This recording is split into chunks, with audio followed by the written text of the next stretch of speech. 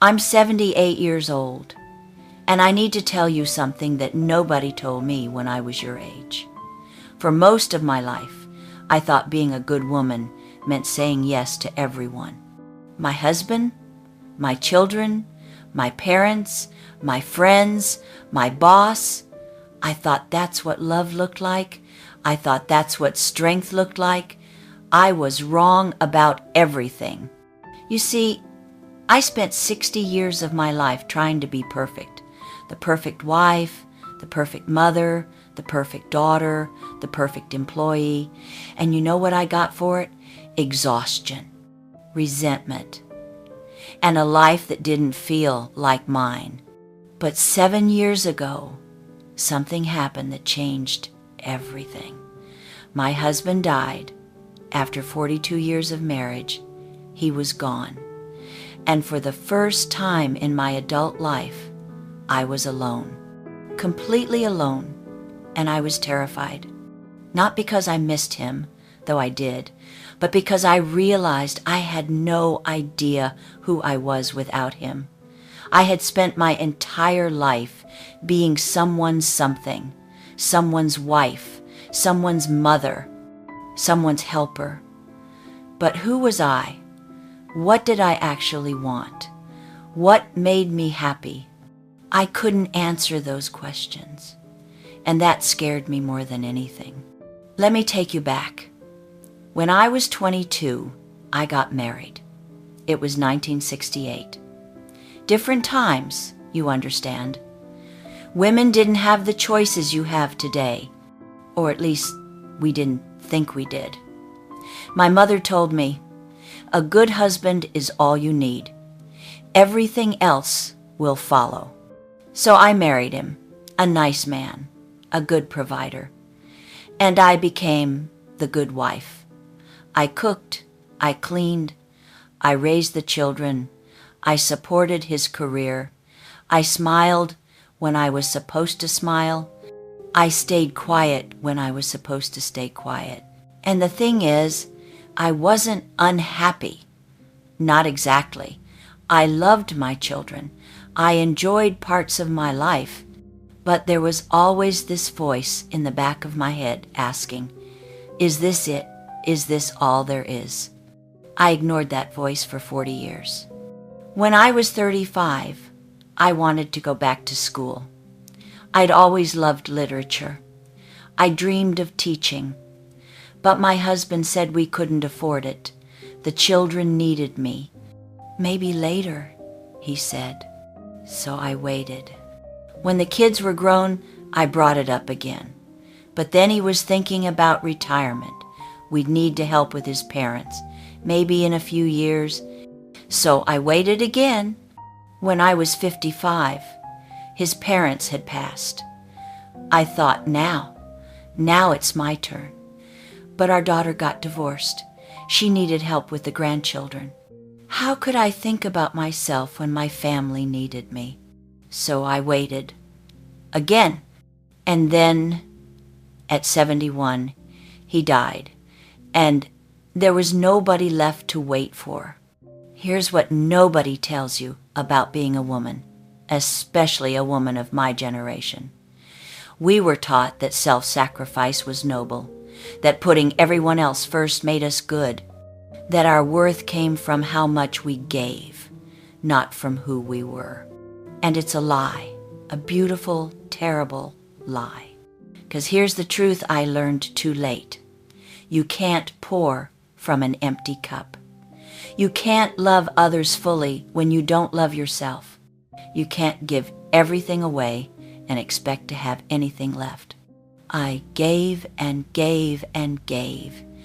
And when my husband died, I looked in the mirror and I didn't recognize the woman staring back at me. She looked tired, she looked old, she looked sad, and she looked like a stranger. The first year after he died, I was lost. I'd wake up with nothing to do, no one to cook for, no one to serve. For 60 years, my identity had been wrapped up in other people. But then something happened. About 18 months later, I found a letter he'd written before we married. In it, he talked about my intelligence, my curiosity, how he couldn't wait to see what I would accomplish. I sat on the floor, holding that letter, and I cried because that girl he'd fallen in love with, I'd buried her. Not all at once, but slowly over the years, I'd put her dreams aside. I'd told myself I was being selfless, but really, I was disappearing. That's when I made a decision. I was 72 years old, and I decided it wasn't too late. I enrolled in community college, literature classes, art history, philosophy, things I'd always wanted to study. I was the oldest in my classes, but I didn't care. For the first time in decades, I felt alive. I started traveling. Small trips at first, places I'd always wanted to see, and it was wonderful. I started saying no. This was hardest. My children would call. Sorry, I have plans. My friends would invite me to things I didn't want to do. No, thank you. And you know what? The world didn't end. People adjusted, and I felt lighter. I'm 78 now, and I finally know who I am. Not somebody's wife, not somebody's mother, just me, a woman who loves literature and art, who enjoys her own company, who travels when she wants, who says no when she means no and yes when she means yes. But here's the heartbreaking part. I wasted so much time. 60 years of my life I spent being who I thought I should be instead of who I wanted to be. 60 years of putting myself last. 60 years of shrinking myself to make room for everyone else. And I can never get those years back. So let me tell you what I wish someone had told me when I was 20, when I was 30, when I was 40. You are not selfish for having dreams. You are not selfish for wanting things for yourself. You are not selfish for saying no. You are not selfish for taking care of yourself first. You think you have all the time in the world. You think, I'll do it later, after the kids are grown, after I retire, when things calm down. But things never calm down. There's always another reason to wait. Another person who needs you. Another obligation. And before you know it, you're 70 years old and you've never lived for yourself. Not once. Don't make my mistake. Don't wait for permission to live your own life, because that permission will never come. Nobody's going to tell you it's okay to be yourself. Nobody's going to say, now it's your turn. You have to take it. You have to claim it. If you want to go back to school, go. Don't wait until your kids are older or your schedule is clearer. Do it now. If you want to change careers, change. Don't wait for the perfect moment or until you've saved enough money or until everyone approves. Do it now.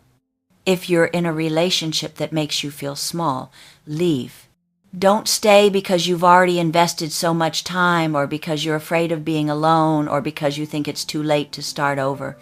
It's not too late. It's never too late.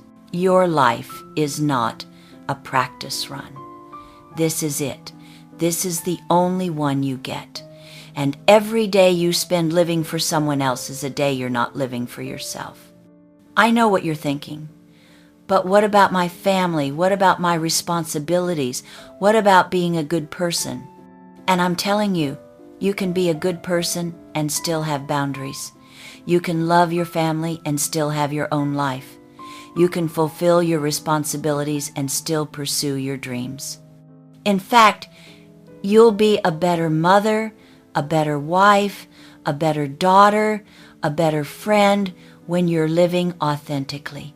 because you can't give from a place of resentment.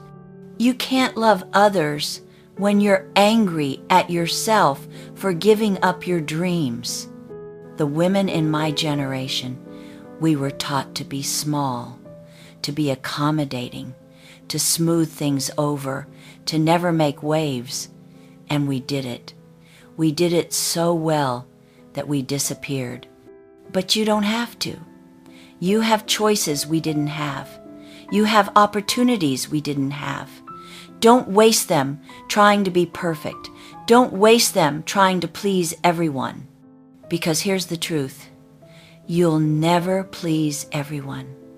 There will always be someone who thinks you're being selfish.